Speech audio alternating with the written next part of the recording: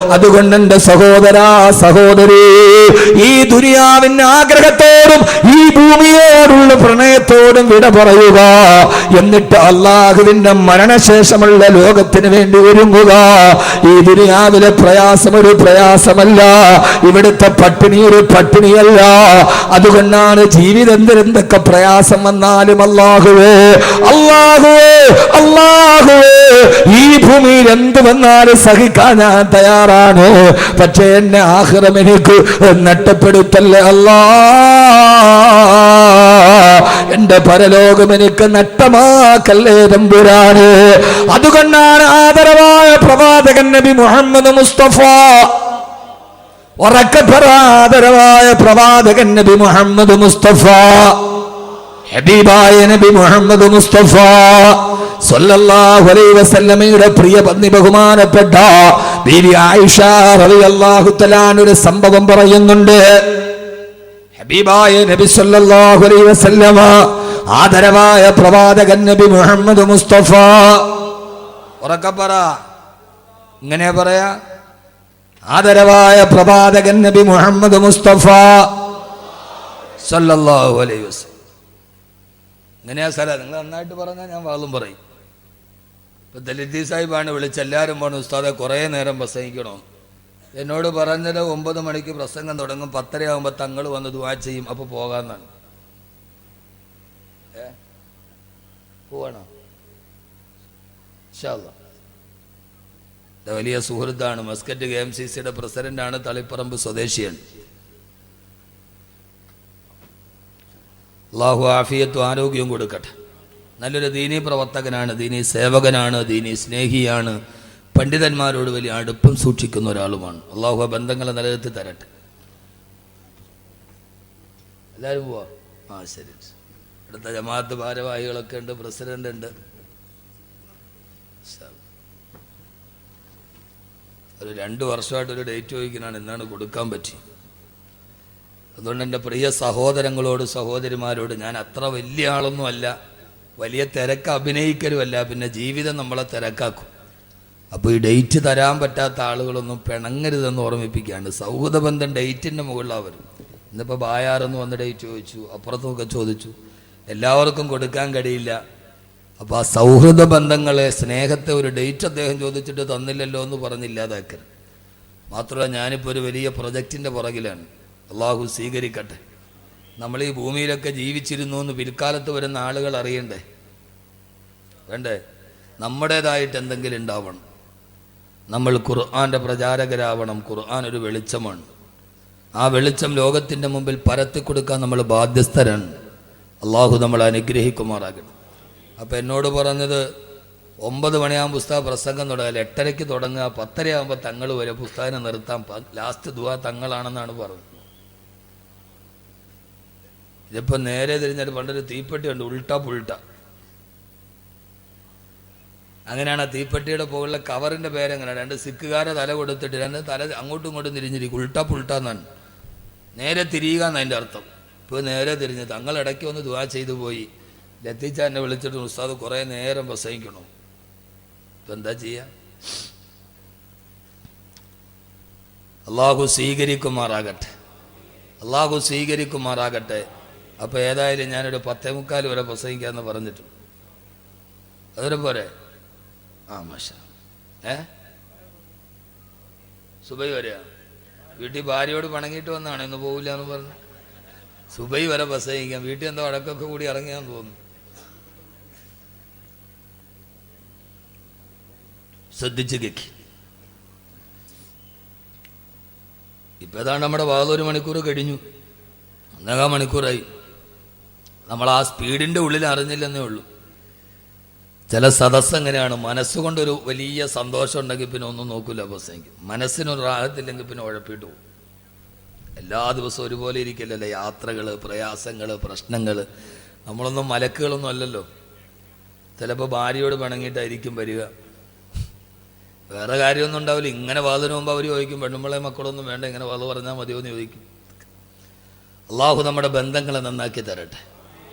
സഹോദരങ്ങളെ കൊണ്ട് ഇൻഷാ അല്ലാഹ് 10:45 കൂടിയൊക്കെ ഇൻഷാ അല്ലാഹ് നമുക്ക് ഞാൻ വീണ്ടും 2-2.5 മണിക്കൂർ അതായത് നമുക്ക് പ്രസംഗിക്കാം. അള്ളാഹു തൗഫീക്ക് നൽകട്ടെ.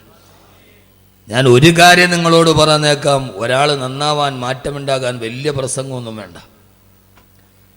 ഈ ഒരൊറ്റ പരമാർത്ഥത്തെ അവൻ തിരിച്ചറിഞ്ഞാൽ മതി, വേറൊന്നും വേണ്ട. ഞാൻ നിങ്ങളോടൊരു സംഭവം പറഞ്ഞു തരാം. ആളുടെ പേരൊന്നും നിങ്ങൾ എന്നോട് ചോദിക്കാൻ പാടില്ല, രഹസ്യമായിട്ടും ചോദിക്കരുത്, പരസ്യമായിട്ടും ചോദിക്കരുത്. ഓക്കെ?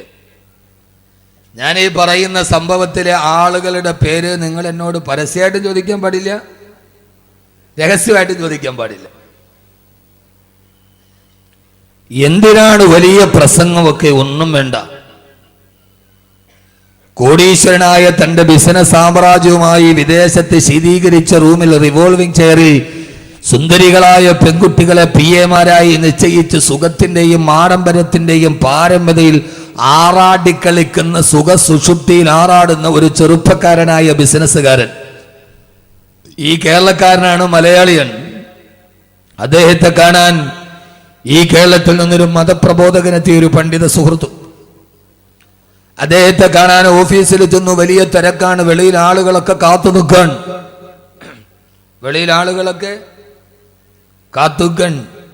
ചില വലിയ കോടീശ്വരന്മാരെ, മുതലാളിമാരെ ഒരു വിനോദമാണ് കാണാൻ വരുന്നവരെ വെറുതെ വെയിറ്റ് ചെയ്യിപ്പിക്കുക എന്നുള്ളൂ. ഒരു തിരക്കുണ്ടാവില്ല. ഓഫീസ് നന്നായിട്ട് പണിതിടുക, വെളിയിൽ വെറുതെ ആളുകളെ വെയിറ്റ് ചെയ്യിപ്പിക്കുക. ചില ആളുകളുടെ ഒരു വലിയ ക്രൂര വിനോദമാണിത്. വെറുതെ ഒരു അപ്പോയിൻമെന്റ് കിട്ടാൻ വലിയ പാടാൻ, കാണാൻ വലിയ പാടാൻ. പള്ളിക്കമ്മറ്റി എങ്ങാനും ഉറൂസിന്റെ കാര്യം പറയണമെങ്കിൽ അവന്റെ വീടിന്റെ ഗേറ്റിൽ പോയി പിന്നെ കാത്തു നിൽക്കണം. പള്ളിക്കലെ ഖത്തീബ്, ഇമാമത്ത് നിൽക്കുന്ന ഖത്തീബ്, ഖുത്ബ നിർവഹിക്കുന്ന ഖത്തീബ് ആരാണെങ്കിലും ഒരു മഹല്ലിലെ ഏറ്റവും പ്രഥമ പരിഗണനീയവനും പ്രഥമമായി ബഹുമാനിക്കപ്പെടേണ്ടതും നമ്മുടെ ഇമാമിനെയാണ്. അപ്പൊ ഇമാം ഉസ്താദ് പറഞ്ഞിട്ട് ഞാൻ പ്രസംഗിക്കല്ല, ഞാനൊരു പള്ളിയിലെ ഇമാമ് തന്നെയാണ്. പക്ഷേ രാജ്യത്തിന്റെ പ്രഥമ പൗരൻ, പ്രസിഡന്റാണ്. ഒരു മഹലിന്റെ ഏറ്റവും ആദരിക്കപ്പെടേണ്ട മഹാവ്യക്തിത്വം നമ്മുടെ ഇമാമിയങ്ങളാണ്. ഉറൂസിന്റെ കാര്യം പറയാൻ പോയാ, യത്തീംഖാനയുടെ കാര്യം പറയാൻ പോയാ, അവന്റെ വാതിലിന്റെ മുമ്പിൽ പോയി കാത്തു നിന്ന്, പിന്നെ സെക്യൂരിറ്റി തന്ന് വാതിൽ തുറന്ന്, പിന്നെ അകത്ത് കയറി അപ്പോയിന്റ്മെന്റ് കിട്ടി പറയും. അവസാനം പറയും, ഇപ്പോൾ ഒരിത്തിരി ടൈറ്റിലാണ്, പിന്നെ വരി.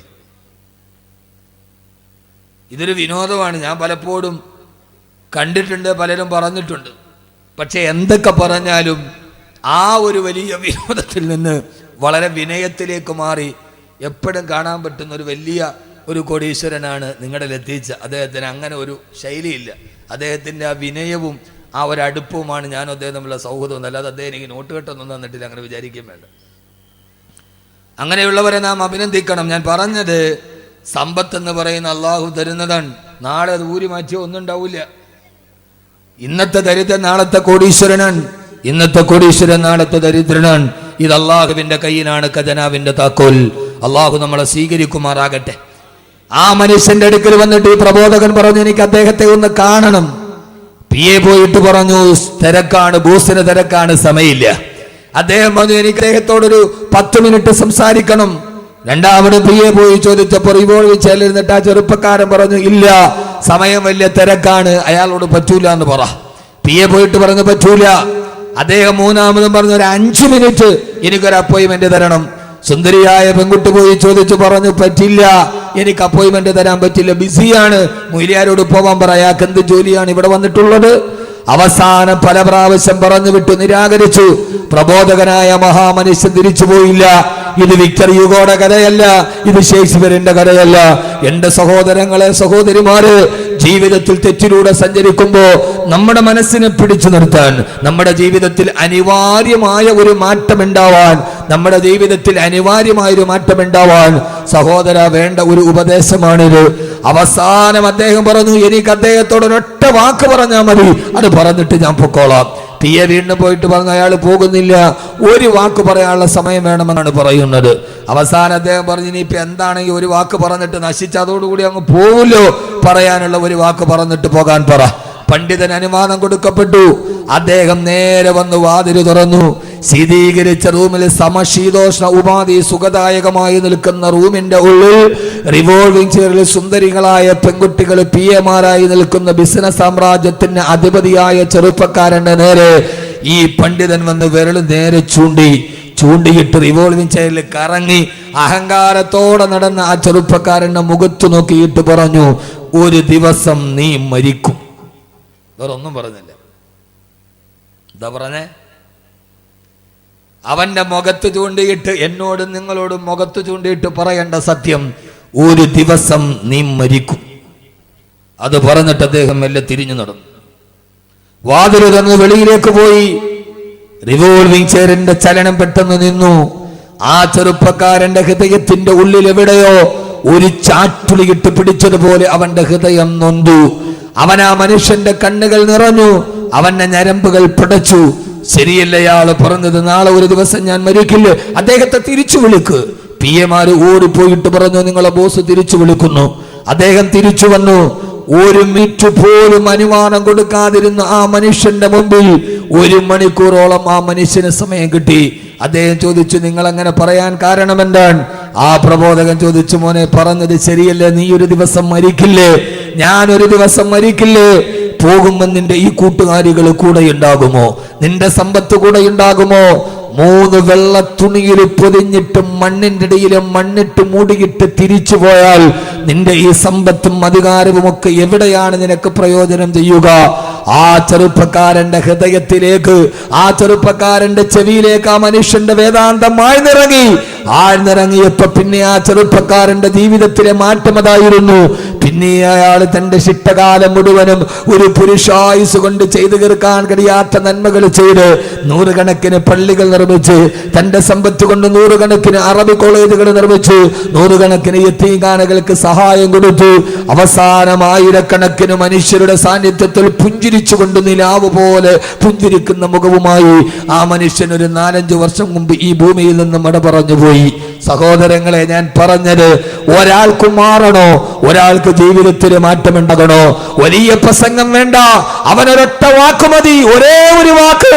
ആ ഒരു വാക്കാണ് അവന്റെ ജീവിതത്തിൽ മാറ്റമുണ്ടാകുന്നതെങ്കിൽ ചെറുപ്പക്കാരാ, ഞാനൊന്ന് ചോദിക്കട്ടെ, ഞാൻ നിങ്ങളോട് പറയട്ടെ, മക്കാ ചന്തയിലെ ചമ്മാടിയായിരുന്ന സിരകളെ ബഹിഭരിക്കുന്ന രാത്രിയിൽ ഉക്കാള ചന്തയിൽ പെൺകുട്ടികളുടെ കയ്യിൽ പിടിച്ച് ഉന്മാദ നൃത്തം ചവിട്ടിയ കാട്ടാളനായ ചെറുപ്പക്കാരനായിരുന്നില്ലേ ഖത്താബിന്റെ മകൻ ഉമർ? ഖത്താബിന്റെ മകൻ ഉമർ താരാട്ട് പാടിക്കൊണ്ടിരിക്കുന്ന പെൺകുട്ടികൾ കരയുമ്പോ ഉമ്മമാര് പറയും, മോളെ ദാ ഉമർ വരുന്നു എന്ന് പറഞ്ഞാൽ ആ വാക്ക് കേട്ടാലും മക്കള് പോലും, താരാട്ട് പാടിയിട്ട് ഉറങ്ങാത്ത മക്കള് പോലും പേടിച്ചരണ്ട് കിടന്നിറങ്ങിയ ആ നാട്ടിലെ ഏറ്റവും വലിയ പേടി സ്വപ്നമായ ഉമർ. ആ ഉമറിന്റെ ചരിത്രം എന്തെന്നറിക്കോ? കോടിക്കണക്കിന് രൂപ പലിശ കൊണ്ട് സമ്പാദിച്ച കോടീശ്വരനായ ഉമർ, സുന്ദരി പെണ്ണുങ്ങളില്ലാതെ കിടന്നുറങ്ങാത്ത ഉമർ. ഈ ഉപ്പളക്കുന്നിൽ വന്ന എന്റെ പ്രിയപ്പെട്ട ചെറുപ്പക്കാരോട്, കരോത്സുകരായ ചെറുപ്പക്കാരോട്, ആ ഉമർ ആരായിരുന്നെന്നറിയോ? ഉമറിന്റെ മസിൽ പവർ കണ്ടാൽ, ഉമർ കൈപൊക്കിയിട്ട് ഒരാളുടെ മുഖത്തടിച്ചാൽ അവന്റെ മുഖം പോലും തകർന്ന് തരിപ്പണമാകുമെന്നായിരുന്നു. ആരായിരുന്നു ഉമർ എന്നറിയോ? ഉമർ ഒരു ദിവസം മുസ്ലിം ആകുന്നതിന് മുക്കാവ ചന്തയിലേക്ക് പോയി. ആ ചന്തയിൽ പോയിട്ട് അവിടുത്തെ കച്ചവടക്കാരനോട് പറഞ്ഞു, എനിക്ക് 500 ദിർഹം വേണം, ഇപ്പോൾ എനിക്ക് 500 ദിർഹം തരണം. ആ സമയത്ത് ആ കച്ചവടക്കാരൻ പറഞ്ഞു, പത്രേ, ഞാൻ കച്ചവടത്തിന് കട തുറന്നിട്ടില്ല, രാവിലെയാണ് മദ്യപിക്കണം ഉമറിന്, എനിക്ക് 500 ദിർഹം വേണം. അയാൾ കട തുറക്കുന്നതേയുള്ളൂ.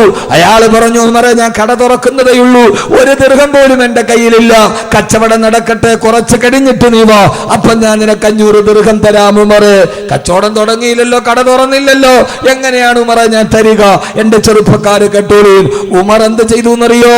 സ്വാഭാവികമായിട്ട് മനസ്സിലൊരൽപ്പം കനിവുള്ള മനുഷ്യൻ, കനിവില്ലാത്ത ഉമർ, സ്നേഹമില്ലാത്ത ഉമർ, വിട്ടുവീഴ്ചയില്ലാത്ത ഖത്താബിന്റെ മകൻ ഉമർ, ഒരു മനുഷ്യത്വമുള്ള മനുഷ്യനെ തുറന്നതല്ലേയുള്ളൂ, അല്പം കഴിഞ്ഞ് വരുമ്പോ കിട്ടുമല്ലോ എന്നോർക്കും.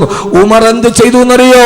തന്റെ കയ്യിലിരിക്കുന്ന വാള് വലിച്ചൂരിയിട്ട് ആ മനുഷ്യന്റെ കഴുത്തിന് വെട്ടി. അയാളുടെ കഴുത്ത് വലത്തോട്ട് തിരിയുമ്പോ, എന്നിട്ടും കാട്ടാളനായ മനസ്സിന് സ്നേഹമില്ലാത്ത ഉമർ, മനസ്സ് കാരിരമ്പ് പോലെ ഉറച്ചുപോയ ഉമർ, ആ മനുഷ്യന്റെ വലത്തെ കൈയെടുത്ത് വെട്ടിച്ചിട്ട് അയാളുടെ കൊച്ചുവിരൽ, അയാളുടെ ചെറിയ വിരൽ വാളുകൊണ്ട് മുറിച്ചെടുത്തു.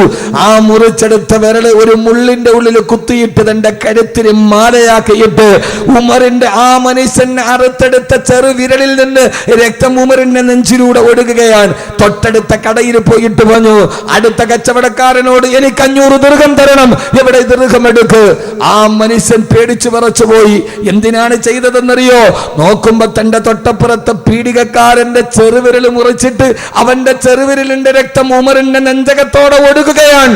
തന്നില്ലെങ്കിൽ അടുത്തത് തൂങ്ങുന്നത് നിന്റെ ചെറുവിരലാണ് എന്ന് പറയാതെ പറഞ്ഞ ഉമർ അപ്പുറത്തെ കച്ചവടക്കാരന്റെ കയ്യിൽ നിന്ന് 500 ദിർഹം വാങ്ങിച്ചിട്ട് തിരിച്ചുപോയി.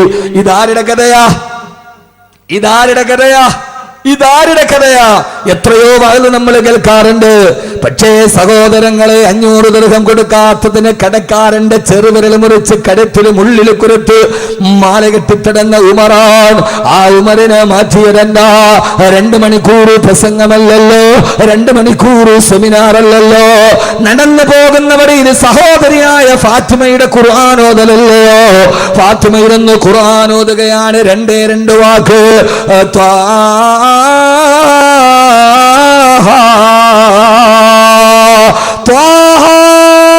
ഉമറിന്റെ ഹൃദയത്തിലോട്ട് 2 അക്ഷരം പടന്നു കയറി. ഞാൻ സ്ഥിരമായിട്ട് പറയുന്ന അറബി ഭാഷയിലെ 2 അക്ഷരങ്ങൾ അത് ചേർത്ത് വെച്ചിട്ട് ഈ ഫാത്തിമ എന്താണ് പറയുന്നത്? പക്ഷേ അത് ചേർത്ത് വെച്ചപ്പോ ഇതേവരെ കേൾക്കാത്ത ഒരു സൗന്ദര്യമുണ്ടല്ലോ.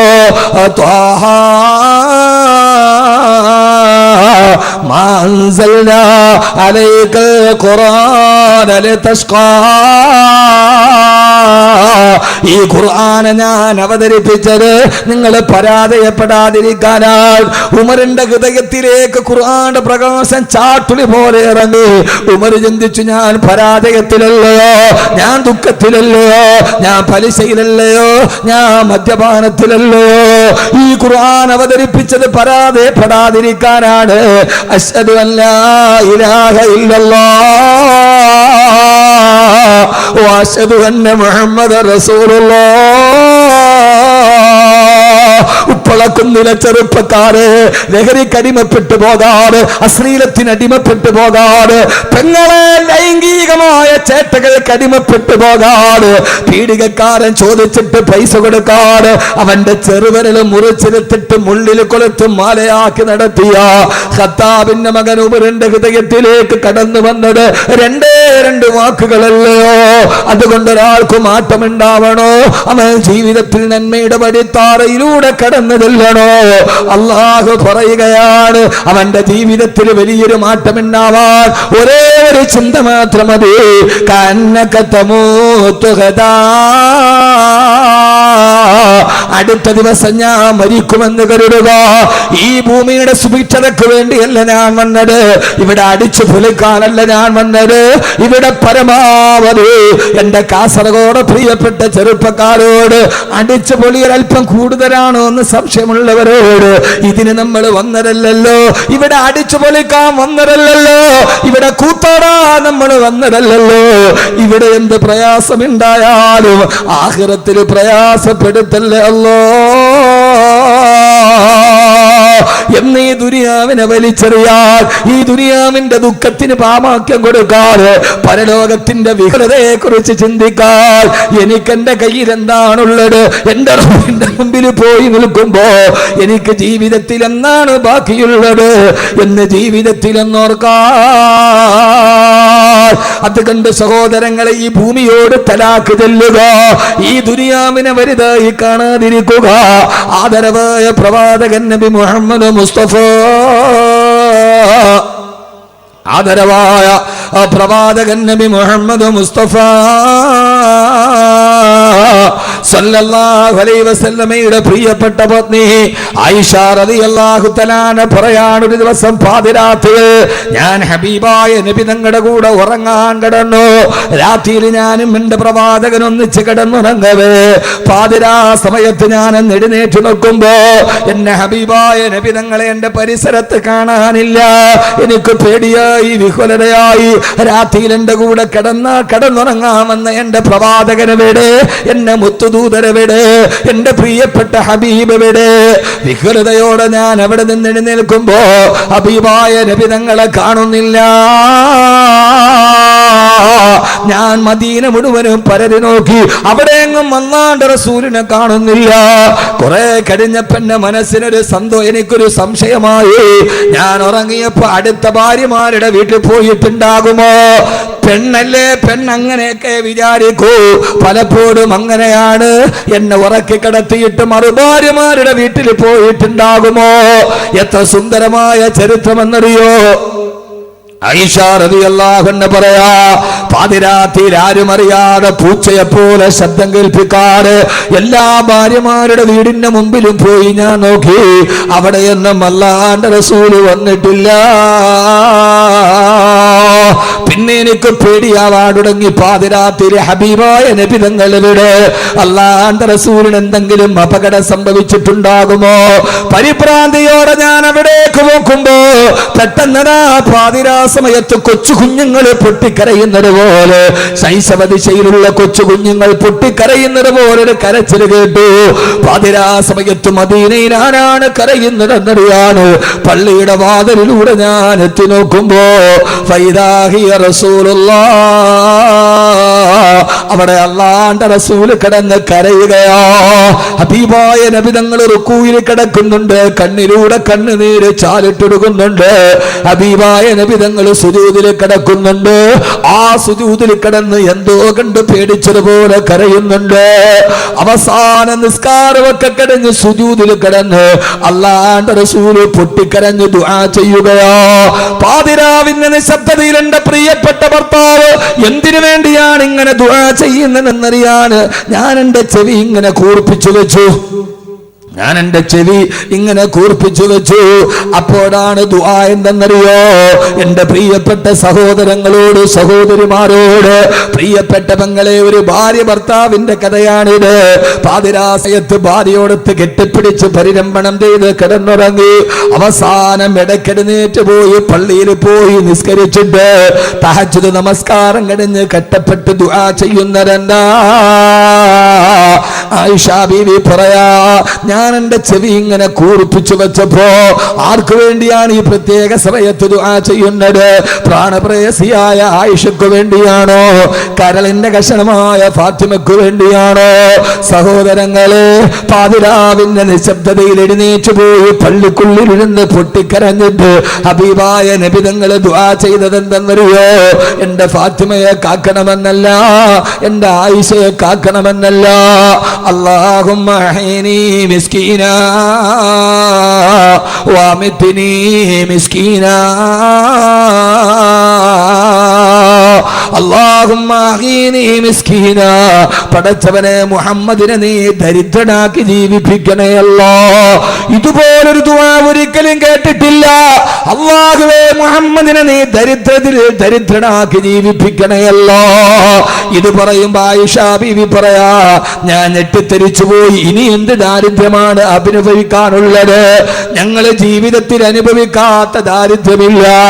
പലപ്പോഴും ഹബീബായ നബി തങ്ങൾ വയറ്റിൽ ഇങ്ങനെ കൈ ചേർത്ത് പൊട്ടിപ്പിടിച്ചിട്ട് വന്നിട്ട് പറയും, ആയിഷ വിശക്കുന്നു മോളെ, വിശക്കുന്നെന്ന് പറഞ്ഞ് ഞങ്ങളുടെ ഭർത്താവ് വയറ്റിൽ പൊത്തുപിടിച്ചിട്ട് വരുമ്പോ അടുക്കളയിൽ നോക്കിയിട്ടൊരു കാരക്കയുടെ പകുതി പോലും കിട്ടാറ് ഞങ്ങള് ഭാര്യമാര് വാതിൽപ്പടിയിൽ നിന്ന് പൊട്ടി കരഞ്ഞു പോയിട്ടുണ്ട്. ഞങ്ങളുടെ ഭർത്താവ് വിശക്കുന്നെന്ന് പറഞ്ഞ് വീട്ടിൽ വരുമ്പോ ഒരു കാരക്കയുടെ പകുതി എടുത്തു കൊടുക്കാൻ അടുക്കളയിലില്ലാതെ ഞങ്ങള് ഭാര്യമാര് എത്രയോ പ്രാവശ്യം ഏങ്ങി കരഞ്ഞിട്ടുണ്ട്. ഉപ്പളയിലെ പെങ്ങള് ഭർത്താവ് വന്നിട്ട് വിശക്കുന്നെന്ന് പറയുമ്പോ ഒരു നേരം കൊടുക്കാനില്ലെങ്കിലും അടുത്തൊരു നേരമെങ്കിലും കൊടുക്കാനുണ്ടല്ലോ. ഇത്രയേറെ ദാരിദ്ര്യം അനുഭവിച്ചൊരു കുടുംബത്തെ നമ്മൾ കണ്ടിട്ടില്ലല്ലോ. ഹബീബായ നബി തങ്ങൾ പറയുമ്പോ ഞങ്ങൾ ഇങ്ങനെ പൊട്ടിക്കരയുന്നത് കാണുമ്പോ അടുത്തു വന്നിട്ട് പറയും, നിങ്ങൾ കരയണ്ട, ഞാനൊന്ന് സുന്നത്ത് നോമ്പ് പിടിച്ചോളാമെന്ന് പറഞ്ഞിട്ട് ഞങ്ങൾ ആശ്വസിപ്പിക്കാറുണ്ട്. ഇബ്നു അബ്ബാസ് റളിയല്ലാഹു അൻഹു പറയാ, ഞാൻ പലപ്പോഴും ഇശാ നിസ്കാരം കഴിഞ്ഞ് അല്ലാഹുവിന്റെ റസൂലിന്റെ വീട്ടിൽ പോകുമ്പോ ഹബീബായ നബി തങ്ങൾ ഉറങ്ങിക്കിടക്കുന്നത് ഞാൻ കണ്ടിട്ടുണ്ട്.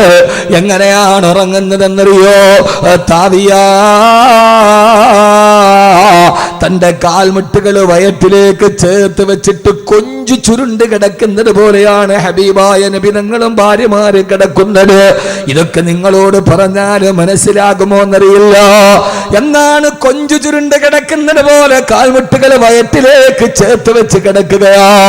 ഇബ്നു അബ്ബാസേ, എന്തിനാണ് നബി സല്ലല്ലാഹു അലൈഹി വസല്ലമയും ഭാര്യമാരും എന്തിനാണ് അങ്ങനെ കിടക്കുന്നതെന്ന് ചോദിച്ചപ്പോ ഇബ്നു അബ്ബാസ് റളിയല്ലാഹു അൻഹു പറഞ്ഞ മറുപടി, വലാ തജിദ് ലഹും അശാ, അവർക്കൊരൊറ്റ ദിവസം പോലും അത്താഴം കഴിക്കാനുള്ള ഭക്ഷണം ഉണ്ടായിരുന്നില്ല. പാതിരാ സമയത്ത് ഉറങ്ങുന്ന നേരത്ത് ഭക്ഷണം കഴിക്കാനില്ലാതെ വയറൊട്ടി കിടക്കുമ്പോ ഉറക്കം വരാതെ കാൽമുട്ടുകൾ പള്ളയിലേക്ക് ചുരുട്ടി കേട്ടി വെച്ചിട്ട് കിടന്നുറങ്ങുന്ന ഹബീബായ നബി തങ്ങളെയും ഭാര്യമാരെയും ഞാൻ കണ്ടിട്ടുണ്ട്. കുപ്പളയിലെ പെങ്ങളെ, നിനക്ക് ചിന്തിക്കാൻ കഴിയോ? നമ്മുടെ ജീവിതത്തിൽ ഇങ്ങനെ ഒരു അവസ്ഥ നമ്മൾ കണ്ടിട്ടുണ്ടോ? ഇങ്ങനെ കിടന്ന് രാത്രിയില് കഴിക്കാൻ ഭക്ഷണമില്ലാതെ കാൽമുട്ടുകൾ വയറ്റിലേക്ക് ചേർത്ത് വെച്ച് ഭാര്യമാരുടെ കൂടെ കിടന്ന പ്രവാചകനാണ് സുജൂദിൽ കിടന്ന് ദുആ ചെയ്യുന്നത്. അല്ലാഹുമ്മ അഹ്യിനി മിസ്കീനാ വഅമിത്നി മിസ്കീനാ. പടച്ചവനെ, നീ എന്നെ ദരിദ്രനാക്കണേ അല്ലാ. ആയിഷ ബീവി പറയാണ്, ഇനി എന്ത് ദാരിദ്ര്യമാണ് ഞങ്ങൾ അനുഭവിക്കാറുള്ളത്? ഞങ്ങളും ദാരിദ്ര്യത്തിലാണ്. എന്റെ പ്രിയപ്പെട്ട സഹോദരങ്ങളെ, എന്താണ് കാരണമെന്നറിയോ? ഈ ജീവിതത്തെ ഒരു ജീവിതമായി ഖുർആൻ പരിഗണിച്ചിട്ടില്ല.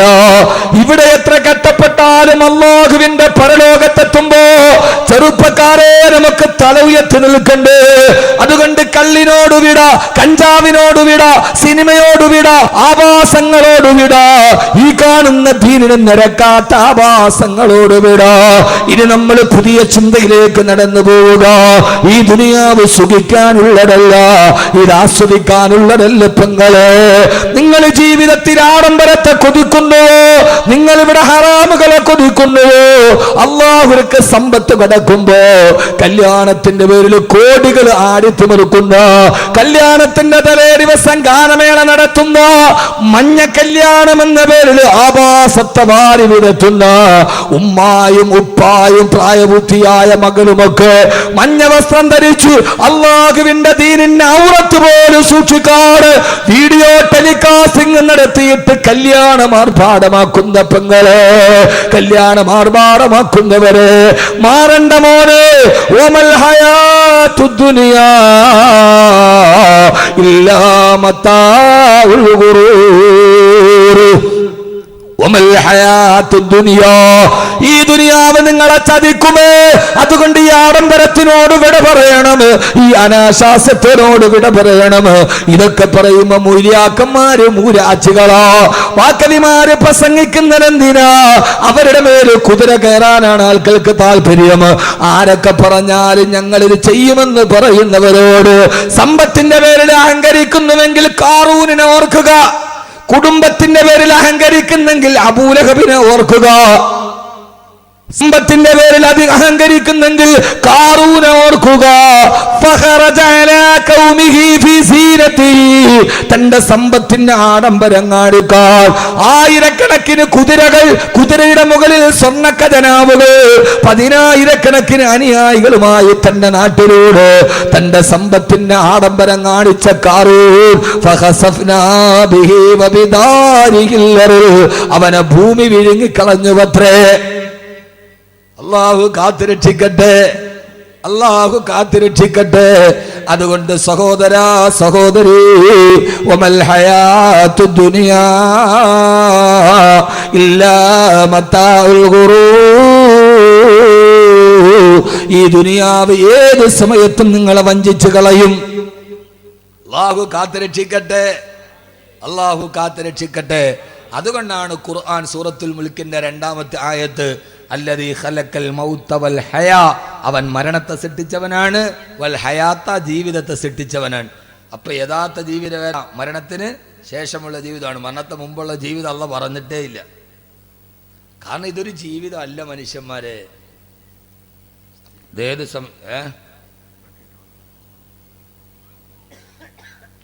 അതൊക്കെ ഞാൻ പറയാം നിങ്ങൾ അടങ്ങിയിരിക്കേ. നിങ്ങൾ ബേജാറാവേണ്ടതൊക്കെ അതിന്റെ സന്മയത്വം പോലെ ഇൻഷാ അല്ലാഹ് പറയാം കേട്ടാ. അള്ളാഹു സ്വീകരിക്കട്ടെ. സംഘാടകർക്കൊരു ബേജാറുണ്ടല്ലോ സാധുക്കൾക്ക്.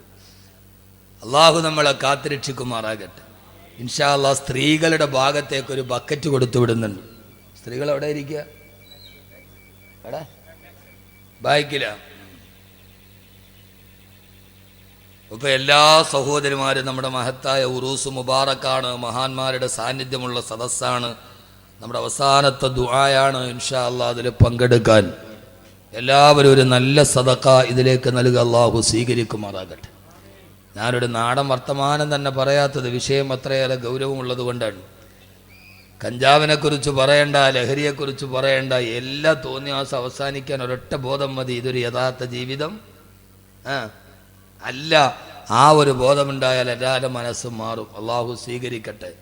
അതുകൊണ്ട് വാരി വലിച്ചു പറയുന്നതിലല്ല, അനിവാര്യമായ 3 ചിന്തകൾ ഇനി ഇൻഷാ അല്ലാഹ് നമ്മുടെ ജീവിതത്തിൽ ഉണ്ടാവണം. എത്ര ചിന്തകൾ? മൂന്ന് ചിന്തകൾ. ആ 3 എണ്ണം കൂടെ പറയും ഇൻഷാ അല്ലാഹ്. ഇപ്പോൾ തന്നെ പത്രം കഴിഞ്ഞു, അത് വിഷയമില്ല. ആ 3 കാര്യം എപ്പോൾ പറഞ്ഞു തീരുന്നു അപ്പോൾ നമുക്ക് നിർത്തിയാൽ മതി. പോരെ? നിങ്ങളിരിക്കൂലേ? ഞാൻ നേരത്തെ നിർത്തുന്നവർക്ക് പരാതി, ആ പരാതി അങ്ങ് തീരട്ടെ. അള്ളാഹു സ്വീകരിക്കട്ടെ. അൽഹംദുലില്ലാഹ്, നല്ല സദസ്സ്. സഹോദരങ്ങളെ ഒത്തിരി പറയുന്നില്ല. എൻ്റെ പൊന്നു സഹോദരങ്ങളോട്, എൻ്റെ ജീവിതം മാറണം, നിങ്ങളുടെ ജീവിതം മാറണം. അള്ളാഹ് ഇഷ്ടപ്പെട്ട പൊരുത്തപ്പെട്ട വഴിയിലൂടെ സഞ്ചരിക്കണം. അവസാനം മരിക്കണ നേരത്ത് നമ്മുടെ മയ്യത്ത് നോക്കിയിട്ട് ആളുകൾ പറയണം, ആ മുഖത്തെന്തോ ഒരു പുഞ്ചിരിയാണ്, മാഷാ അല്ലാഹ്, ആ മുഖത്തെന്തോ ഒരു ചിരിയാണ്. യഥാർത്ഥത്തിൽ ചിരിക്കേണ്ടത് മരിക്കുന്ന സമയത്താണ്. എൻ്റെ പൊന്നു സഹോദരിമാരെ, അതുകൊണ്ട് മനസ്സിനെ കുറച്ചൊക്കെ പിടിച്ചു നിർത്തി, മോഹങ്ങൾക്ക് കുച്ചുവലം കിടിയും.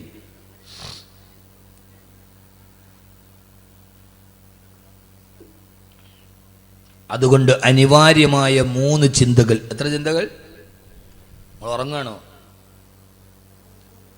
പറഞ്ഞിട്ട് പോകുമ്പോൾ ഞങ്ങൾ സൂറത്തുൽ മുൽക്കിൻ്റെ 2 ആയത്ത് പഠിച്ചു. 1-ാമത്തെ ആയത്തിൻ്റെ അർത്ഥം എല്ലാത്തിൻ്റെയും അധികാരം അള്ളാഹ്ക്കാണ്. 2-ാമത്തെ ആയത്തിൽ പറഞ്ഞത് ഈ ജീവിതം ഒരു ജീവിതമേ അല്ല, മരണത്തിന് ശേഷമുള്ള ജീവിതമാണ് ഏറ്റവും നല്ല ജീവിതം. ആ ജീവിതത്തിലേക്ക് നടന്നു പോകണമെങ്കിൽ നമ്മുടെ ചിന്തകളെ നമ്മൾ മാറ്റണം. അനിവാര്യമായ 3 ചിന്തകൾ ഉണ്ടാവണം. ആ 3 എണ്ണം ഞാൻ പറഞ്ഞുതരാം. ഇൻഷാ അല്ലാഹ് നിങ്ങൾ പ്രാവർത്തികമാക്കൂലേ? ഇൻഷാ അല്ലാഹ് പറയും. അങ്ങനെ ഇൻഷാ അല്ലാഹ് പറഞ്ഞവരൊക്കെ ഒന്ന് കൈ പൊക്കണം. നോക്കട്ടെ. കൈയുള്ളവരൊക്കെ പൊക്കി 2 കൈയും പൊക്ക്. മാഷാ അല്ലാഹ്. താഴ്ത്തിയിട്ട് ഉറക്കം പോകാൻ വേണ്ടി ചെയ്താൽ വേറൊന്നുമില്ല അതിനകത്ത്. ഒന്ന് റീഫ്രഷ്മെൻ്റ് ചെയ്താണ്, ഒന്ന് റീഫ്രഷ് ആവാൻ വേണ്ടി. നമ്മൾ കമ്പ്യൂട്ടർ സിസ്റ്റമൊക്കെ ഓണാക്കുമ്പോൾ കാണൂലേ റീഫ്രഷ്, അത്രേ ഉള്ളൂ. 1-ാമത്തെ ചിന്ത. അപ്പോൾ ആണുങ്ങൾക്ക് ബക്കറ്റില്ലേ? പെണ്ണുങ്ങൾക്ക് മാത്രമുള്ള മുഷാഫത്താ? ആള് ബിരുദന്മാരാണ് കേട്ടോ. ഇൻഷാ അല്ലാഹ് ആയിക്കോട്ടെ. അള്ളാഹു തൗഫീഖ് നൽകട്ടെ. അപ്പോൾ ബക്കറ്റ് പിരിവില്ല. അവസാനം എല്ലാവരും വന്നൊന്ന് മുസാഫത്ത് ചെയ്യണം. ഒരു നല്ല സദഖയാണ്. ഇൻഷാ അല്ലാഹ് വരൂലേ? ആ സമയമാകുമ്പോൾ മുങ്ങൂ. ഇപ്പം നമ്മളൊക്കെ വാതിന് പോകുമ്പോൾ ബക്കറ്റിൻ്റെ മുകളിലൊരു വലിയ തുണി കെട്ടിയിട്ടൊരു ചെറിയ ഹോളാണ് ഇടുക. ഇപ്പോൾ ഞാൻ സകാടവരോട് ചെന്താന്ന് അതങ്ങോട്ട് ഇടുകയേ ചെയ്യാവുള്ളൂ, വെളിയിലോട്ട് എടുക്കാൻ പാടില്ല. കാരണം ചില ആളുകൾ 50 അതിനകത്തിട്ടിട്ട് 100 തിരിച്ചെടുക്കും. വാതിൻ്റെ ധാരാളം ആളുകൾ ഇപ്പോൾ ഞാൻ പറഞ്ഞല്ലോ, ഇപ്പോൾ ഈ ഒരു പേടിയുള്ള ആളുകളില്ല ഇപ്പോൾ. അതാണ് ഏറ്റവും വലിയ പ്രശ്നം. പേടിയില്ല. ഒന്നാമത് തെറ്റ് ചെയ്യുന്നവനല്ല. പണ്ട് നമ്മളെങ്ങാനൊരു തെറ്റ് ചെയ്താൽ നമ്മൾ സമ്മതിക്കുവാൻ, ഇപ്പം സമ്മതിക്കില്ല. പണ്ട് സ്കൂളിലേക്ക് പോകുന്ന വഴിയിൽ ഈ മോശമായ ഫിലിമുകളുണ്ട്, എന്നതിനകത്ത് എഴുതിയിട്ടുണ്ടാവും. അതിൻ്റെ പോസ്റ്ററെങ്ങാനും നോക്കി നിന്നാൽ വാപ്പ കണ്ടാൽ പിടിച്ചിട്ട് നീ എന്ത് വൃത്തികേടാ കണ്ട, വാപ്പ അടിച്ച് പൊതിച്ചു കളയും. വാപ്പാനോട് അല്ലാ വാപ്പ ഞാൻ ഇനി കാണുകയോ ഇല്ല. അങ്ങനെയല്ലേ പറയൂ? അങ്ങനെയല്ലേ പറയൂ? നിങ്ങളെന്ത് മനുഷ്യന്മാരെ, ഇനി അതിന് ബുഖാരി ഓതണോ? അങ്ങനെയല്ലേ പറയൂ? ഉറപ്പാണ്. ഇപ്പോ ഫോണിൽ ഏതൊരു മോശമായ പിക്ചർ വന്നു. എന്തിനാണ് അത് കണ്ടതെന്ന് ചോദിച്ചാൽ അപ്പ കുട്ടി പറഞ്ഞത്, അള്ളാണ് വാപ്പ ഇത് ഞാൻ ഇട്ടതല്ല, ഇത് വേറൊരുത്തൻ്റെ കൂട്ടുകാരൻ്റെ ഫേസ്ബുക്ക് അക്കൗണ്ട് ഞാൻ ലൈക്ക് ചെയ്തപ്പോൾ അവൻ്റെ അതിനകത്ത് പറഞ്ഞ പിക്ചറൊക്കെ ഇതിനകത്ത് വന്നതാണ്. ഞാൻ അവനോട് എനിക്ക് അയക്കരുതെന്ന്, അള്ളാണ് ഞാൻ ചെയ്തതല്ല. ഇപ്പൊ തെറ്റ് ചെയ്താൽ സമ്മതിക്കില്ല. പണ്ട് കാലത്ത് തെറ്റ് ചെയ്താൽ സമ്മതിക്കും. കാരണം അള്ളാനെ പേടി വല്ലാതെ കുറഞ്ഞു വരികയാണ്. കുരുത്തക്കേട് കാണിച്ച കുട്ടിയല്ല പ്രതി, ആ കുട്ടിയെ അടിച്ച അധ്യാപകനാണ് പ്രതി. അല്ലേ? എല്ലാവരും തലയാട്ടുന്നു, ഉസ്താദെ എല്ലാം ശരിയാണ്, അവനാൻ്റെ മക്കളെ അടിച്ച അപ്പോൾ കാണുകയും ചെയ്യാം. എന്നെ മദ്രസയിൽ ഒരിക്കൽ ഉസ്താദ് അടിച്ചു. ഞാൻ വീട്ടിൽ പോയിട്ട് ഉമ്മയോട് പറഞ്ഞു അയാൾ ശരിയല്ല, മുസ്ലിയാർ ശരിയല്ല എന്ന് പറഞ്ഞു. ഉമ്മ ഒരെണ്ണം എൻ്റെ കഴുക്കത്ത് തിരിച്ചിങ്ങോട്ട് പോടാ മദ്രസ എന്ന് പറഞ്ഞു. ഇപ്പോഴെങ്ങാനും അതുകൊണ്ട് ആ മകൻ ഇന്ന് ഇങ്ങനെയായി. അടിച്ച ഉസ്താദാണ് പ്രതി, മോശം കാണിച്ച വിദ്യാർത്ഥിയല്ല. തെറ്റുകൾ സമ്മതിക്കാൻ ആരും തയ്യാറല്ല. അതാണ് ഇന്നത്തെ ലോകത്തിലെ ഏറ്റവും പ്രധാനപ്പെട്ട വിഷയം എന്ന് ഞാൻ മനസ്സിലാക്കാൻ. അതൊന്നും തെറ്റല്ല.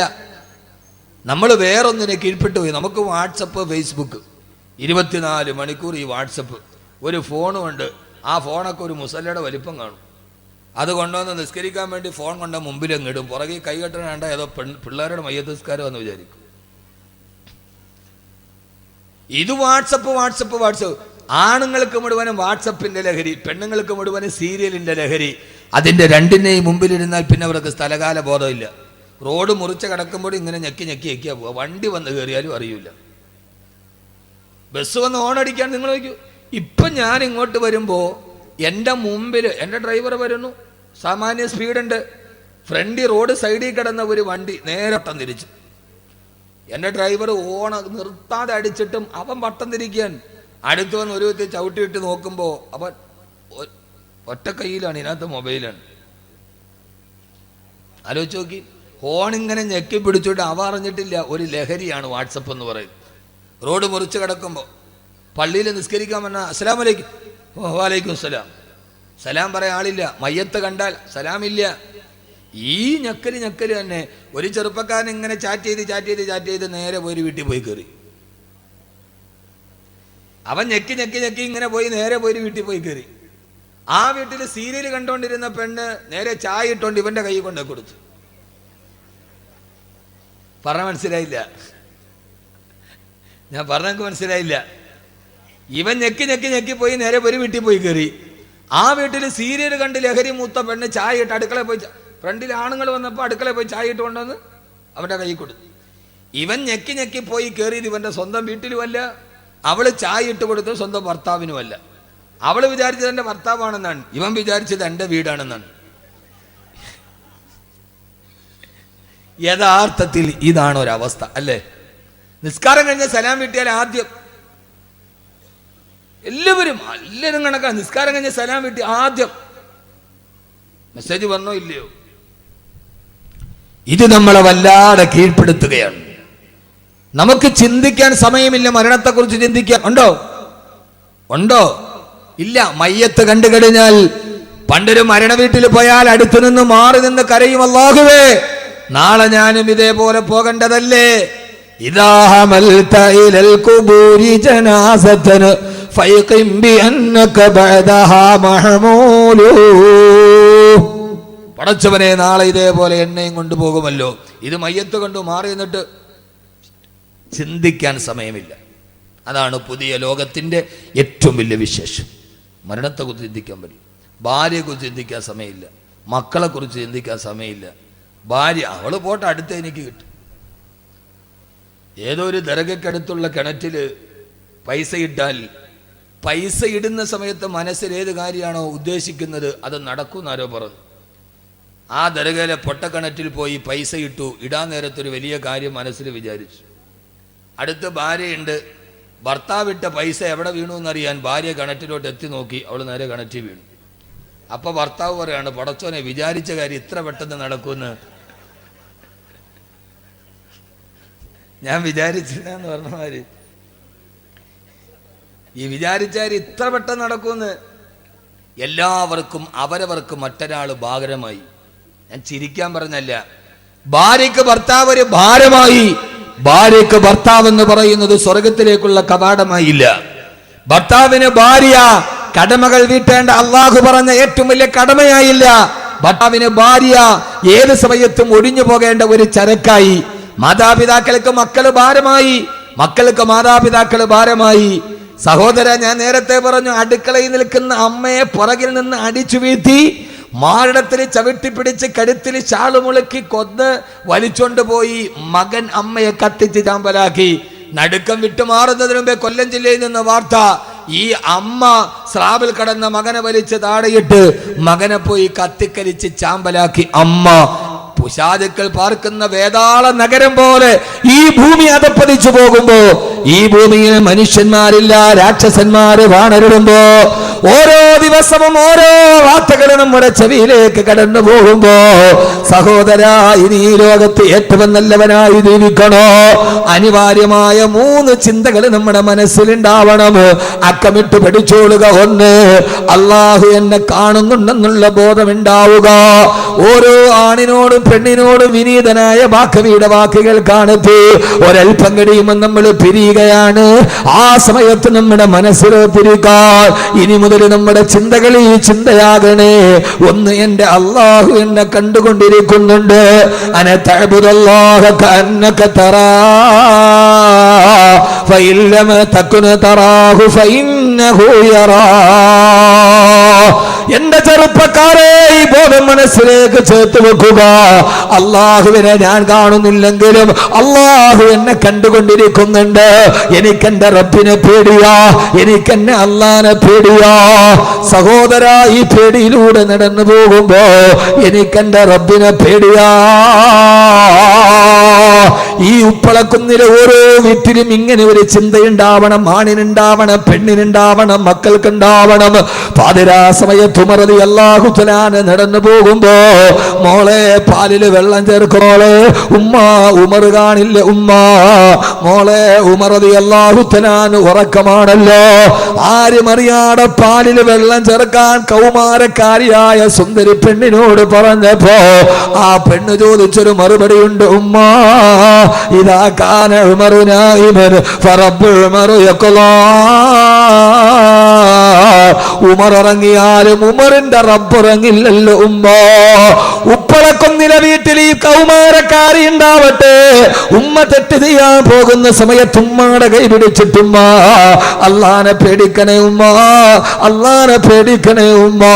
ഉപ്പാനെ ചതിക്കല്ല ഉമ്മ, ഗൾഫിൽ നിൽക്കുന്ന ഉപ്പാനെ ചതിക്കല്ല ഉമ്മ, അള്ള കാണുന്നുണ്ടുമ്മ എന്ന് പറയുന്ന കൗമാരക്കാരി +1 പഠിക്കുന്ന, +2 പഠിക്കുന്ന, എഞ്ചിനീയറിംഗിന് പഠിക്കുന്ന, ഹോസ്റ്റലിൽ താമസിക്കുന്ന, ആരുമില്ലാത്ത സമയത്ത് കോളേജിന്റെ ഇടനാടികളിൽ കാമകനോട് സല്ലാപം നടത്തുന്ന, അന്യപുരുഷനുമായി ബീച്ചുകളിലൂടെ കറങ്ങി നടക്കുന്ന കൗമാരക്കാരിയിൽ നിന്ന് മാറി വീടിന്റെ ഉള്ളിൽ ഉമ്മ ഒരു തെറ്റ് ചെയ്യാൻ പോയാൽ ഉമ്മാടെ കയ്യിലേക്ക് കടന്നു പിടിച്ചിട്ടുമ്മ, അള്ളാനെ പേടിക്കണേ, ആഖിറത്തെ പേടിക്കണേ, ഉപ്പാനെ ചതിക്കല്ല ഉമ്മ എന്ന് തിരുത്തി കൊടുക്കാൻ കഴിയുന്ന കൗമാരക്കാര് ഉപ്പളക്കുന്ന് മുഹീദ്ദീൻ മസ്ജിദിന്റെ ഓരോ മഹല്ലിലെ വീടെങ്ങനെയായി മാറണം. അല്ലാഹു തൗഫീഖ് നൽകുമാറാകട്ടെ, അല്ലാഹു തൗഫീഖ് നൽകുമാറാകട്ടെ.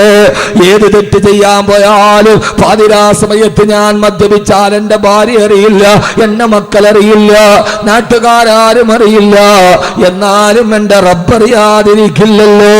കഹിനെ ലഗി ഹേ മേം സബ് ദർവാസ ബന്ദ് കർ ഡാലാ ലേകിൻ ബന്ദ് ന ഹോ ഗയി ഇഖ്ദർ ഖുദാ വാലാ.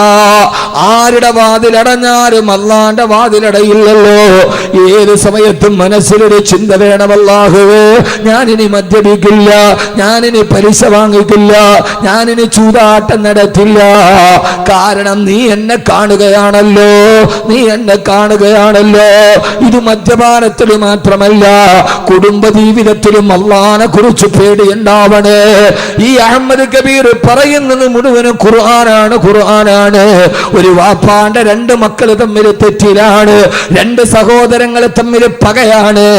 ആ സമയത്ത് ജേഷ്ഠനായ കാബീൽ അനിയനായ നിരപരാധിയായ അനുജനോട് കൊല്ലാൻ വരുന്ന സമയത്ത് അനുജൻ ഹാബീൽ പറഞ്ഞ ഒരു മറുപടിയുണ്ട്. കാബീൽ അനുജനോട് അസൂയ മൂത്തിട്ട് ഒട്ടകത്തിന്റെ തോളല്ലുകൊണ്ട് തലയിലടിച്ച് കൊല്ലാൻ വരുമ്പോ, തന്റെ പ്രിയപ്പെട്ട ജേഷ്ഠൻ തന്നെ കൊല്ലാൻ വരുമ്പോ അനിയനായ ഹാബീൽ പറയുന്നൊരു മറുപടി ഖുർആൻ പറയുന്നുണ്ട്. സൂറത്തുൽ മാഇദ, ലഇൻ ബസത്ത ഇലയ്യ യദക ലിതഖ്തുലനി മാ അന ബിബാസുത്തിൻ യദിയ ഇലൈക ലിയഖ്തുലക ഇന്നി അഖാഫുല്ലാഹ റബ്ബൽ ആലമീൻ. തന്റെ ജേട്ടൻ എന്നെ കൊല്ലാൻ ഒട്ടകത്തിന്റെ തോളല് കൊണ്ടടിക്കാൻ വരുമ്പോ, പ്രിയപ്പെട്ട ജേട്ടാ, നിങ്ങൾ എന്നെ കൊല്ലാമെന്നാലും നിങ്ങളോട് ഞാൻ തിരിച്ചൊന്നും പറയില്ല. അതെനിക്ക് നിങ്ങളോട് തിരിച്ചു ചെയ്യാൻ അറിയാത്തത് കൊണ്ടല്ല, തിരിച്ചു ചെയ്യാൻ എന്റെ കൈക്ക് ആരോഗ്യമില്ലാത്തിട്ടല്ല, ഈ പറയുന്നത് പോലെ തിരിച്ചു പറയാൻ അനുജന് കഴിയാത്തത് കൊണ്ടല്ല.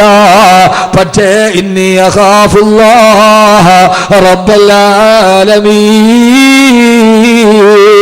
എന്റെ പ്രിയപ്പെട്ട ചേട്ടാ, എനിക്ക് എന്റെ റബ്ബിനെ പേടിയോ. ഇവിടെ നമ്മൾ തമ്മിൽ മത്സരിച്ചാല് നാളെ പരലോകത്ത് അല്ലാഹുവിന്റെ മുമ്പിലും മറുപടി പറയണ്ടേ എന്ന് ചേട്ടനായ കാബീലിനോട് ഹബീല് പറഞ്ഞ മറുപടി എന്റെ ഉപ്പളക്കുന്നിലെ സഹോദരങ്ങളോട് ഏത് കാര്യമാണെങ്കിലും ഞാൻ ചുരുക്കുകയാണ്. അത് വ്യക്തി ജീവിതത്തിൽ, സ്വകാര്യ ജീവിതത്തിൽ, കുടുംബ ജീവിതത്തിൽ, ഭാര്യ ഭർത്തൃ ജീവിതത്തിൽ പെണ്ണേ ഞാൻ ക്ഷമിക്കുന്നത് ഇന്നി അഖാഫുല്ലാഹ റബ്ബൽ ആലമീൻ. എനിക്കെന്റെ അല്ലാഹുവിനെ പേടിയാ, അവൻ എന്നെ സദാ നിരീക്ഷിക്കുന്നുണ്ട്. ഇന്ന റബ്ബക ലബിൽ മിർസാദ്. എന്റെ അല്ലാഹു സദാ എന്നെ നിരീക്ഷിച്ചു കൊണ്ടിരിക്കുകയാണ്. അല്ലാഹു ബോധം തരട്ടെ. ആമീൻ പറ. പിന്നെ അവൻ തെറ്റിയോ? അള്ളാഹു എന്നെ കാണുന്നുണ്ടെന്ന് ചിന്തിക്കുന്നവൻ പിന്നെ തെറ്റിയോ? അവനെ നന്നാക്കാൻ പിന്നെ വാള് വേണോ? അവനെ നന്നാക്കാൻ പിന്നെ ഉസ്താദ് വേണോ? അവനെ നന്നാക്കാൻ അവൻ തന്നെ മതി. അതുകൊണ്ട് ഈ 3 ചിന്ത, പെണ്ണുങ്ങളെ, സഹോദരിമാരെ, അഹമ്മദ് കബീർ വാക്കവി ഒന്നും പറഞ്ഞില്ലെന്ന പരാതി വേണ്ട. എൻ്റെ റബ്ബ് എന്നെ കാണുന്നുണ്ടെന്നുള്ള ബോധം, ചിന്ത മനസ്സിലുണ്ടാവുക. 1. ഇപ്പം എത്രണ്ണം പറഞ്ഞേ? 1. ഇനി അടുത്തേടാ 1 കഴിഞ്ഞാൽ പിന്നെ എത്രയാ? അങ്ങനെ പറ. 2. എന്നാലും ഉറക്കം പോവും. ചുമ്മാ ഇരുന്ന് കേൾക്കാൻ എനിക്ക് അത് താല്പര്യമില്ല. ഞാൻ ഇങ്ങനെയൊക്കെയാണ്. അടുത്തത് 2.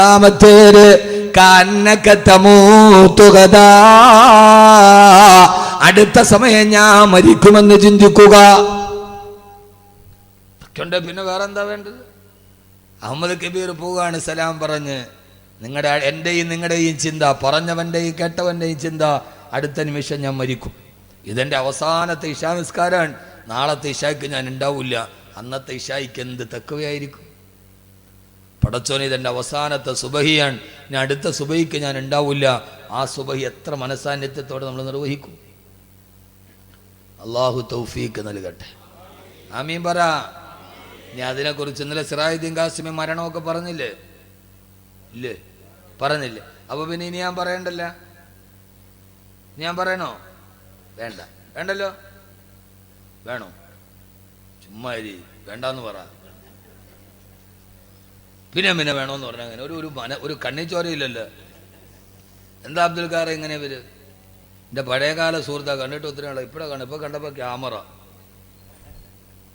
അല്ലാഹു ബറക്കത്ത് ചെയ്യട്ടെ. അള്ളാഹു പ്രയാസങ്ങളൊക്കെ മാറ്റിത്തരട്ടെ. ഭാര്യ മക്കൾക്കൊക്കെ സുഖം തന്നെ. ഈ പണ്ടൊക്കെ സമയം ഉണ്ടായിരുന്നു. ഇപ്പൊ സമയമില്ലാത്തതുകൊണ്ട് ആരെയും അങ്ങനെ കാണാൻ പറ്റില്ല. അപ്പൊ അവര് പറയും ഇയാളൊക്കെ വലിയ ആളായി പോയെന്ന്. അങ്ങനെയല്ല, മനസ്സിലുണ്ട്. ഇപ്പം 3-4 വർഷമായി കണ്ടിട്ടല്ലേ. ഇപ്പൊ കണ്ട എൻ്റെ മനസ്സിൽ പേരോർമ്മയുണ്ടല്ലോ. അതാണ്. അള്ളാഹു സ്വീകരിക്കട്ടെ. അതുകൊണ്ട് മരണത്തെക്കുറിച്ച് ഇന്നലെ നന്നായിട്ട് കേട്ടു. ഞാൻ 2 വരി കവിത പാടിത്തരാം. 2 വരി കവിത. ഒരറബി കവിയുടെ 2 വരി കവിത. അത് മാത്രം മതി, വേറെ ഒന്നും വേണ്ട. വേറെ കവിതയൊന്നുമല്ല. അറബി കവി വാഴ്ത്തപ്പെടട്ടെ. അദ്ദേഹത്തിന്റെ 2 വരി കവിത. ആ കവിത മതി മരണത്തെ കുറിച്ച് ജീവിതത്തിൽ ചിന്ത വരാൻ.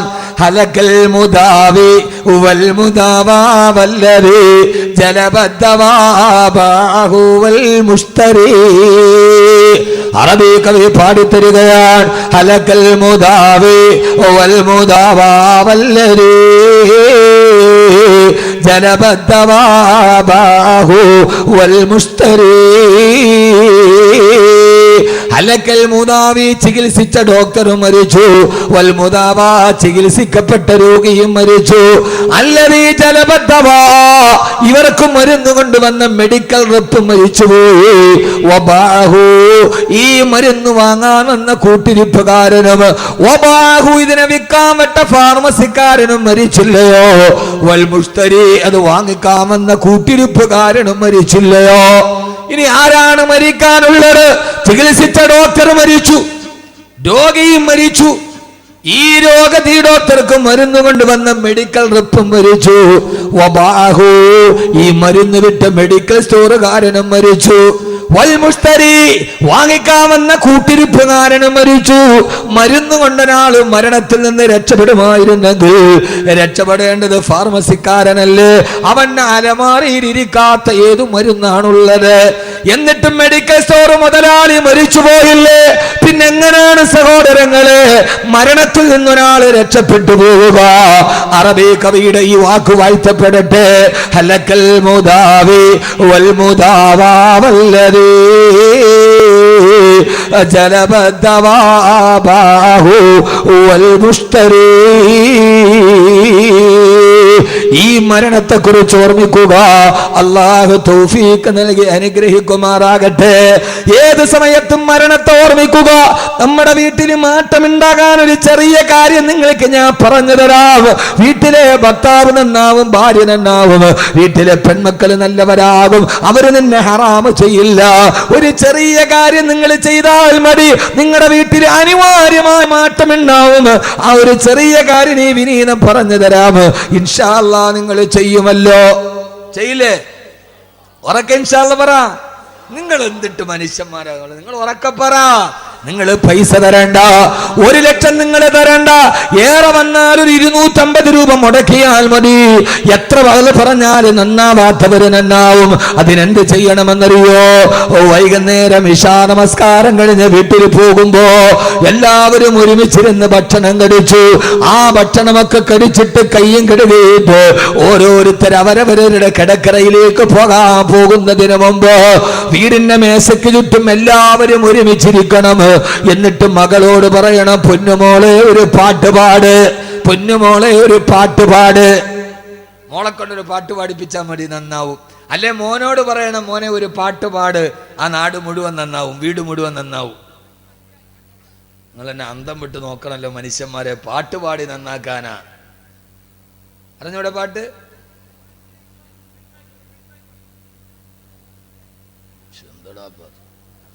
ഇവിടെ സീരിയസ് കാര്യം പറയുമ്പോൾ അവിടെ സൈഡാക്കിക്കോളി. നീ ബേഞ്ഞ് കീഞ്ഞ് പോവാനുള്ളതിന് ഇവിടെ നോക്ക്. മകളെ കൊണ്ട് എന്ത് ചെയ്യണം? ഒരു പാട്ട് പാടിപ്പിക്കണം. പഠിപ്പിക്കോ മകനെ കൊണ്ട്? ഏത് പാട്ടാ? മരണത്തെ കുറിച്ച് പാടണം. അല്ലാതെ ഇല്ല മറ്റേ പാട്ടല്ല, പ്രണയം. നീലരാവിൽ നഗ്നമേനികൾ നീലരാവിൽ ഉരസുന്ന സുഖമല്ലോ പ്രണയം. അതല്ല പ്രണയം എന്ന് പറഞ്ഞാൽ എന്താ? എനിക്ക് പറയാൻ ഒത്തിരിയുണ്ട്, പക്ഷെ പറയാൻ ഈ സ്ഥലം ശരിയാവല്ലാത്തോണ്ട് ഞാൻ പറയാതിരിക്കുകയാണ്. നമ്മുടെ മാപ്പിളപ്പാട്ട് വലിയ മുബാറക്കായിട്ട് ബിസ്മി പറഞ്ഞ് ഒതുവെടുത്തിട്ട് നമ്മളിട്ട് കേൾക്കണ മാപ്പിളപ്പാട്ടേരാ? നീലരാവിൽ നഗ്നമേനികൾ ഉരസുന്ന സുഖമല്ല പ്രണയം എന്നാരടാ മോനെ പറഞ്ഞത്? പരിപൂർണ നഗ്നമായ 2 ശരീരം തമ്മിൽ ഉരസുമ്പോൾ ഉണ്ടാകുന്ന വികാരമാണ് പ്രണയമെന്നാണ്. ഏത്? എനിക്കിപ്പോ എഴുതിയവൻ കേസ് കൊടുത്താലും ഡയറക്ടേഴ്സ് എനിക്കത് പുല്ലാണ്. അങ്ങനെയല്ലേ പാട്ട്? അങ്ങനെയല്ലേ? ഓ കഷ്ടം. മുത്തക്കീങ്ങളൊന്നും അറിഞ്ഞൂടാ അവർക്ക്. നിങ്ങൾ ഇരിക്കണ ഇരിപ്പ് കണ്ട ഇവർക്ക് ഇതൊന്നും അറിഞ്ഞൂടാ. മുത്തക്കീങ്ങൾ ഖുർആൻ മാത്രമേ അറിയാവൂ. മാപ്പിളപ്പാട്ട് നഗ്നമേനികൾ നീലരാവിൽ ഉരസുന്ന സുഖമല്ല പ്രണയം എന്ന് പുതിയ കവി. എന്നാ പഴയ കവി എങ്ങനെയാണ്? കാമുകി ചോദിക്കാൻ രമണം പോലും പറഞ്ഞിട്ടില്ല. അങ്ങനെ രമണം പോലും, ചങ്ങമ്പുഴയുടെ രമണം പോലും പ്രണയത്തെ നിരാകരിക്കുകയാണ് ചെയ്തത്. കാനനച്ചോലയിൽ ആടുമേക്കാൻ ഞാനും വരട്ടെയോ നിന്റെ കൂടെ. ആരും കാണാത്ത കാനനച്ചോലയിൽ ചെറുപ്പക്കാരാ നിന്റെ കൂടെ ആടുമേക്കാൻ ഞാൻ വരട്ടെ എന്ന് ചോദിച്ചപ്പോ ചങ്ങമ്പുഴയുടെ രമണം മറുപടി പറഞ്ഞ എന്താ? പാടില്ല, നമ്മൾ താനെ മറന്നൊന്നും ചെയ്തുകൂടാ. പഴയകാലത്തെ സിനിമാ പാട്ടിൽ പോലും നിങ്ങൾ എന്നെ ഓർക്കണ്ട, ബാക്കവി ഇപ്പൊ സിനിമാ പാട്ട് പറയണമെന്ന്. എൻ്റെ വായനയുടെ ലോകം വിശാലമാണ്. വിമർശനങ്ങൾ എനിക്ക് പേടിയേയില്ല. പഴയ കാലത്തെ സിനിമാ പാട്ടിൽ പോലും പ്രണയത്തെ നിരാകരിച്ചിട്ടുണ്ട്. പുതിയ കാലത്ത് മാപ്പിളപ്പാട്ടിൽ പ്രണയം ലൈംഗികതയായി. ഇതാണ് നമ്മുടെ മക്കൾ കേൾക്കുന്നത്. ഇപ്പൊ മനസ്സിലായ? നമ്മളൊരു കാര്യത്തെക്കുറിച്ച് മനസ്സിലാക്കി പഠിക്കണ്ടേ? പഴയ കാലത്തെ സിനിമാ പാട്ടിൽ പോലും പ്രണയം ഇല്ല. നമ്മുടെ പുതിയ മാപ്പിളപ്പാട്ട് നമ്മുടെ മക്കളെ കേൾപ്പിച്ചത് ലൈംഗികതയാണ്, പച്ച വ്യഭിചാരം. ആ സമയത്ത് ഖുർആൻ നമ്മുടെ മക്കൾ കേട്ടിട്ടില്ല. ഉണ്ടോ? ഇല്ല. എന്നാൽ നിങ്ങൾ പാട്ട് പാടി പഠിപ്പിക്ക്. എല്ലാവരും ഉറങ്ങാൻ നേരത്ത് ഉറങ്ങുന്നതിന് മുമ്പ് വാപ്പയും ഉമ്മയും പെൺമക്കളും ആൺമക്കളും കൂടി ഇരുന്നിട്ട് പാട്ട് പാടാൻ പറയണം മോളോട്. ഏത് പാട്ടാ? തന്റെ കാവ്യ കൗമുദിയുടെ മലയാള അക്ഷരത്തിന്റെ സൗകുമാര്യത്തിന്റെ കാവ്യപണ്ഡിതങ്ങൾ കൊണ്ട് ലോകത്തിൽ ഖബറിനെ കുറിച്ച് പറഞ്ഞതെന്താ? മഹാനായ തഴവ ഉസ്താദിന്റെ അൽ മവാഹിബുൽ ജലിയ 250 രൂപ വില വരുന്ന ആ ഗ്രന്ഥമൊന്ന് വാങ്ങിച്ചിട്ട് മോളോട് പറയണം, മോളെ കൊണ്ട് പാട്. ആ മോള് ഉറങ്ങുന്നതിന് മുമ്പ് പാടാൻ തുടങ്ങുകയാ. ഖബറെന്ന് കേട്ടാൽ തൽക്ഷണം ഞെട്ടേണ്ടതാ, കണ്ടാലുടനുവാ വിട്ടു നീ കരേണ്ടതാ. മേടയ്ക്കു പകരം മോളമാ സുബ്ഹാന റബ്ബിയതിൽ കിടക്കേണ്ടതാ നസുമാന. ആ മോള് പാടുകയാണ്, ഉപ്പ ഉമ്മ സഹോദര കേൾക്കണേ, ഖബറെന്ന് പറയുന്നത് ഒരു ഭയങ്കര വീടാണ്. ആ ഖബറിലേക്ക് നമ്മളെ കൊണ്ടുപോയി വെച്ചാൽ മെത്തയ്ക്കു പകരം മണ്ണതിൽ വിരിച്ചിട്ടതാ. സുബ്ഹാന റബ്ബി ഇരുളിനാൽ പെയിന്റിട്ടതാ. ഉപ്പാവിടെ മെത്തയില്ല, മണ്ണാണ് വിരിച്ചിട്ട ഉപ്പ. സിംഹാസനത്തിന് ചുറ്റി നിന്നവരല്ലേ, പിടിമണ്ണ് വാരിയെറിഞ്ഞതത്ഭുതമല്ലേ. ഉപ്പ മരിച്ചിട്ടും മണ്ണിന്റെ അടിയിലും മലന്ന് കിടക്കുമ്പോ ഉപ്പാടെ കസേരക്ക് ചുറ്റും നടന്ന മക്കളായ ഞങ്ങള് ഉപ്പാന്റെ ശരീരത്തിലേക്കും മണ്ണ് വാരിയിടും. ഉപ്പ ഖബറിന്റെ അടിയിൽ അടക്കം ചെയ്യപ്പെട്ടിട്ട് തിരിച്ചു വന്ന പിന്നെ എന്റെ ഉമ്മ ഖബറിന്റെ ഉള്ളിൽ ഒറ്റ കാണുമ്പോ ഇങ്ങനെ ഒരു 10 വരി പാടണം. എന്നിട്ട് എല്ലാവരും കൂടി അവനവന്റെ ബെഡ്റൂമിൽ കിടക്കാൻ പോയി. അവന്റെ ലൈറ്റ് അങ്ങ് ഓഫ് ആക്കുമ്പോ ഇരുട്ടായി. അല്ലാഹുവേ, നേരത്തെ മോള് പറഞ്ഞ ഖബറിന്റെ ഇരുട്ടല്ലേ ഇത്? ഈ വിശാലമായ മുറിക്കുള്ളിൽ എനിക്ക് ഞെരുക്കമാണല്ലോ. 6 അടിയുള്ള മണ്ണിന്റെ അടിയിൽ ഞാൻ എങ്ങനെ കിടക്കുമല്ല? പിന്നെ ഫേസ്ബുക്കിൽ വിരൽ ചലിക്കൂല്ല മോളെ, പൊന്നുമോളെ. ഭർത്താവ് വിദേശത്താണെങ്കിലും മിസ് കോൾ പിന്നെ അറ്റൻഡ് ചെയ്യാൻ തോന്നൂല, പിന്നെ ഹറാമ് ചെയ്യാൻ തോന്നൂല. അതുകൊണ്ട് നിങ്ങളുടെ ജീവിതത്തിൽ മാറ്റമുണ്ടാകണോ? ഈ ചെറിയൊരു ഗ്രന്ഥം വായിച്ചിട്ട് ഉറങ്ങുന്നതിന് മുമ്പ് ഒരു 10 വരി വായിക്ക്. അല്ലാഹു തൗഫീഖ് നൽകട്ടെ, തൗഫീഖ് നൽകട്ടെ. മരണത്തെക്കുറിച്ച് ഓർമ്മിക്കുക. ഞാൻ അവസാനിപ്പിക്കുന്നു. 3ാമത്തെ ചിന്ത, നാളെ പരലോകത്ത് അല്ലാഹുവിന്റെ മുമ്പിൽ എഴുന്നേറ്റ് നിൽക്കണം എന്ന ബോധമുണ്ടാവുക. യൗമ യഖൂമുന്നാസു ലിറബ്ബിൽ ആലമീൻ.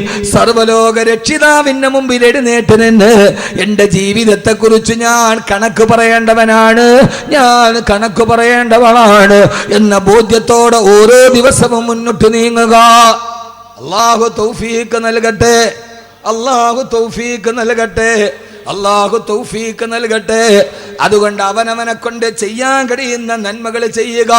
നാളെ പരലോകത്ത് അല്ലാഹുവിന്റെ മുമ്പിൽ എഴുന്നേറ്റ് നിൽക്കുമ്പോ അഹമ്മദ് കബീറെ നീ എന്ത് ചെയ്തെന്ന് ചോദിച്ചാൽ ആ സമയത്ത് പറയാൻ അല്ലാഹുവിനോട്, അല്ലാഹുവേ നീ പറഞ്ഞ ആയുസിന്റെ ഉള്ളില് എന്നെ കൊണ്ട് കഴിയുന്നതിന്റെ പരമാവധി ഞാൻ ചെയ്തിട്ടുണ്ടെന്ന് പറയാൻ ഒരു ചെറിയ മറുപടി പറയുവാനുള്ള വലിയൊരു ആഗ്രഹമാണ് ഹംദാൻ ഫൗണ്ടേഷൻ. നേരത്തെ അബൂബക്കർ ഹാജി പറഞ്ഞ ഈ വിനീതന്റെ നേതൃത്വത്തിൽ ഹംദാൻ ഫൗണ്ടേഷൻ 3 ഏക്കർ സ്ഥലത്ത് കൊല്ലം ജില്ലയിൽ കേരളത്തിന് ആദ്യമായി ഒരു ഖുർആൻ വില്ലേജ് വരികയാണ്. 100ഓളം ഹാഫിളീങ്ങളുണ്ട് അവിടെ, 100ഓളം മാലിമീങ്ങൾ പഠിക്കുവാൻ പോകുന്നുണ്ട് അവിടെ. ഖുർആനിൽ പറഞ്ഞ മരങ്ങളുണ്ട് അവിടെ, ഖുർആനിൽ പറഞ്ഞ പഴങ്ങളുണ്ട് അവിടെ, ഖുർആൻ പറഞ്ഞ അത്ഭുതങ്ങളുണ്ട് അവിടെ. ഒരു ഖുർആന്റെ ലോകത്തേക്ക് നിങ്ങളെ അത്ഭുതത്തോടെ കടത്തിക്കൊണ്ടുപോകുന്ന ഭാര്യയും മക്കളുമായിട്ട് ഉപ്പളയിൽ നിന്ന് കൊല്ലത്തേക്ക് വന്നാൽ അവിടെ വന്ന് ഖുർആൻ പറഞ്ഞ ഓരോ അത്ഭുതങ്ങളെ കണ്ണുകൊണ്ട് നേരിട്ട് കണ്ട് ഖുർആൻ ഹാഫിളാകുന്ന മക്കളെ കണ്ട് സന്തോഷത്തോടെ പോകാൻ കഴിയുന്ന ഒരു സംരംഭം അല്ലാഹു അതിനെ പൂർത്തീകരിച്ചു തരട്ടെ. അല്ലാഹു പൂർത്തീകരിച്ചു തരട്ടെ. അതിനെ സഹായിക്കുന്നവരെ അല്ലാഹുവേ നീ സഹായിക്കണേ. അല്ലാഹ് എന്നെ കൊണ്ട് കഴിയുന്നത് ഞാൻ ചെയ്യുന്നു, നിങ്ങളെ കൊണ്ട് കഴിയുന്നത് നിങ്ങൾ ചെയ്യുക. ജമാഅത്ത് കമ്മിറ്റിയെ കൊണ്ട് കഴിയുന്ന കമ്മിറ്റി ചെയ്യുക.